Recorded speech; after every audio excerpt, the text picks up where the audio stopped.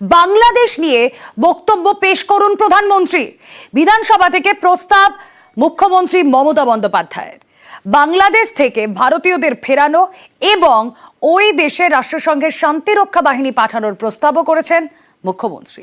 কোন ধর্ম, কোন বর্ণ, কোন জাতি, সে যে দেশে যে প্রান্তরে হোক না কেন, যদি অত্যাচারিত হয় আমরা তার নিন্দা করি। বাংলাদেশে অস্থিরতা, সংখ্যালঘু নির্যাতনের অভিযোগ। এই পরিস্থিতিতে বাংলাদেশ নিয়ে প্রধানমন্ত্রীকে বক্তব্য পেশের প্রস্তাব দিলেন মুখ্যমন্ত্রী।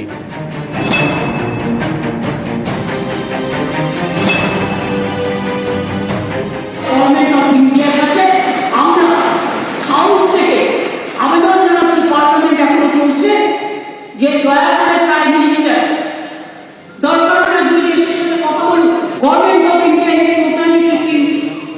Totally keep mum. যদি প্রধানমন্ত্রীর অসুবিধা থাকে কোনো ব্যাপারে, ডিপ্লোমেটিক ব্যাপারে, external affairs external affairs minister parliament যখন চলছে, পার্লামেন্টের বিবৃতি দিয়ে দেশবাসীকে জানা যে তারা কি সিদ্ধান্ত গ্রহণ করেছে। বাংলাদেশের সাম্প্রতিক ঘটনা নিয়ে অন্য কোনো কথা বলবো না, এটা নিয়ে যা বলার ইন্ডিয়া গভর্নমেন্ট করবে। কারণ আমাদের তৃণমূল কংগ্রেসের পলিসি হচ্ছে আমরা এক্সটার্নাল অ্যাফেয়ার্সের ব্যাপারে সেন্ট্রাল গভর্নমেন্টের পদচারে আমরা সেই পথটাকে আমাদের পথ ধরে নিয়ে নিই। বাংলাদেশের সংখ্যালঘুদের উপর অত্যাচার হচ্ছে, এই অভিযোগে গত কয়েকদিন ধরেই সরব বঙ্গ বিজেপি। সড়কপথে সীমান্ত বাণিজ্য বন্ধ করে দেওয়ারও হুমকি দিয়েছে তারা। এই নিয়ে সোমবার বিধানসভায় মুখ খোলেন মুখ্যমন্ত্রী।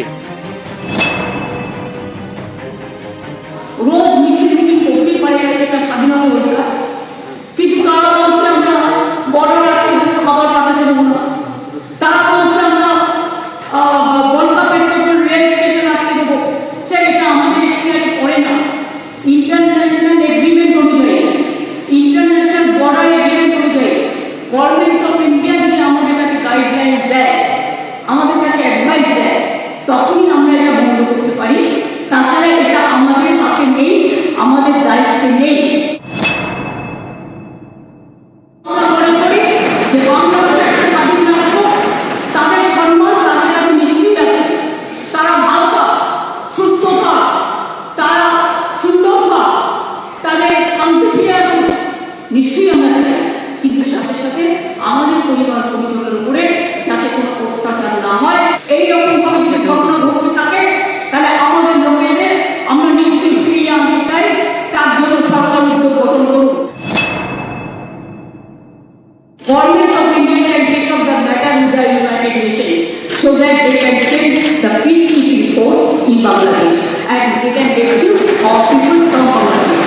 এটা আমার সাবমিশন থাকলো, আমার রিকোয়েস্ট থাকলো। নিউজ 18 বাংলা। বিধানসভা থেকে শান্তি প্রস্তাব দিয়েছেন মুখ্যমন্ত্রী মমতা বন্দ্যোপাধ্যায়। রাষ্ট্রসংঘের হস্তক্ষেপ দাবি করেছেন, আর রাষ্ট্রসংঘের হস্তক্ষেপ দাবি করেছেন বিরোধী দলনেতা শুভেন্দু অধিকারীও।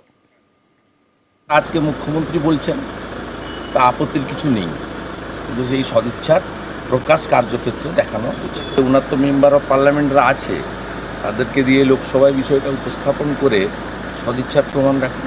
বিষয়টা রাজনৈতিক নয়, এপারে ওপারে স্বজন প্রত্যেকের পাশে রাজনীতির ঊর্ধ্বে উঠে দাঁড়ানো উচিত।